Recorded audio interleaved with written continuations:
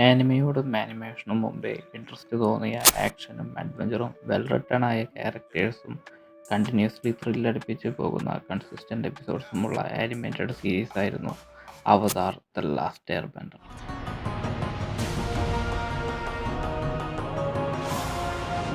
ഞാൻ ആദ്യമായിട്ട് അവതാർ കാണുന്നത് 4ലോ 5ലോ പഠിക്കുമ്പോഴാണ്.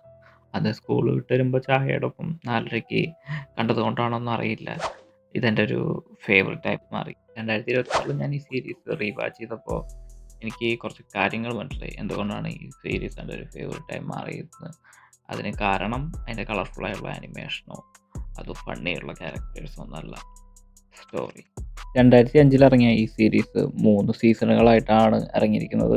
ആദ്യത്തെ സീസണിൻ്റെ പേര് വാട്ടർ എന്നാണ്, രണ്ടാമത്തെ സീസണിൻ്റെ പേര് എർത്ത് എന്നും, ലാസ്റ്റ് സീസൺ ഫയർ എന്ന് പറയുന്ന ഒരു സീസണാണ്. ഇത് ശരിക്കും ബുക്ക് വൈസ് ആയിട്ട് ഇറങ്ങിയൊരു ആനിമെ പോലെ ഇറങ്ങിയതാണ്. പിന്നീട് അത് ആനിമേഷനാക്കി മാറ്റി. ഇതിൽ മെയിനായിട്ട് ഫോക്കസ് ചെയ്യുന്നത് ആങ് എന്ന് പറയുന്ന ഒരു ക്യാരക്ടറാണ്. അതാണ് നമ്മുടെ മെയിൻ ക്യാരക്ടർ. ഒരു മങ്കാണ്.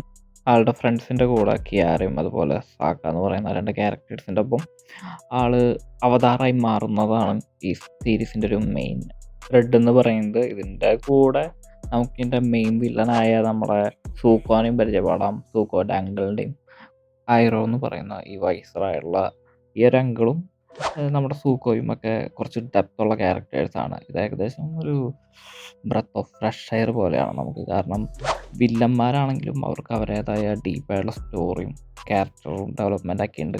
സോ നിങ്ങൾ ആ സമയത്തൊക്കെ ഒരു ആനിമേഷനൊക്കെ കാണുന്ന ആൾക്കാരാണെങ്കിൽ ഈ ക്യാരക്ടേഴ്സൊക്കെ ഒരുപാട് നിങ്ങൾക്ക് ഭയങ്കര മെമ്മറബിളായിരിക്കും. കാരണം അത്ര നല്ല ക്യാരക്ടേഴ്സാണ്, വെൽ റിട്ടൺ ക്യാരക്ടേഴ്സാണ്.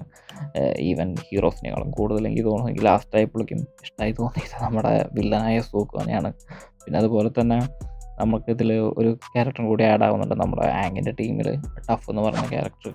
അതും അത്യാവശ്യം ഫണ്ണിയും ചൈൽഡിഷ് ആയിട്ടുള്ള ക്യാരക്ടേഴ്സാണ്. പക്ഷേ സ്റ്റോറി ഡീപ്പായതുകൊണ്ട് തന്നെ ക്യാരക്ടേഴ്സും അതിനനുസരിച്ച് മെച്യൂർ ആവുന്നുണ്ട് സീരീസിൻ്റെ ഓരോ സീസൺ കഴിയും തോറും. ഇങ്ങനെ കണ്ടിന്യൂസ് ആയിട്ടുള്ളൊരു ആനിമേഷൻ സീരീസൊക്കെ ആ സമയത്തൊന്നും അധികം കണ്ടിട്ടില്ല. കൂടുതൽ ആനിമേസിലാണ് കണ്ടിന്യൂസ് ആയിട്ടുള്ളതൊക്കെ ഉണ്ടാവാറ്. അതുപോലെ തന്നെ ഒരു ബെസ്റ്റ് ചൈൽഡ്ഹുഡ് എക്സ്പീരിയൻസ് ആയിരുന്നു നമ്മുടെ അവതാർ ദ ലാസ്റ്റ് എയർബെൻഡർ എനിക്ക് തന്നത്. നിങ്ങൾക്ക് ഇതിലിഷ്ടമുള്ള ക്യാരക്ടേഴ്സ് ഏതാണെന്ന് അടിയിൽ കമൻറ്റ് ചെയ്യുക. ഇനി റീവാച്ച് ചെയ്യാൻ ആഗ്രഹമുള്ള ആൾക്കാരാണെങ്കിൽ യൂട്യൂബിൽ തന്നെ നമുക്ക് ഫ്രീ ആയിട്ട് ഇത് കാണാൻ സാധിക്കുന്നതാണ്. യൂട്യൂബിൽ പറ്റില്ല തന്നെ ടെലിഗ്രാമിലൊക്കെ സുഖം ഈസി ആയിട്ട് കിട്ടുന്ന ഒരു സീരീസാണ് അവതാർ ദ ലാസ്റ്റ് എയർബെൻഡർ.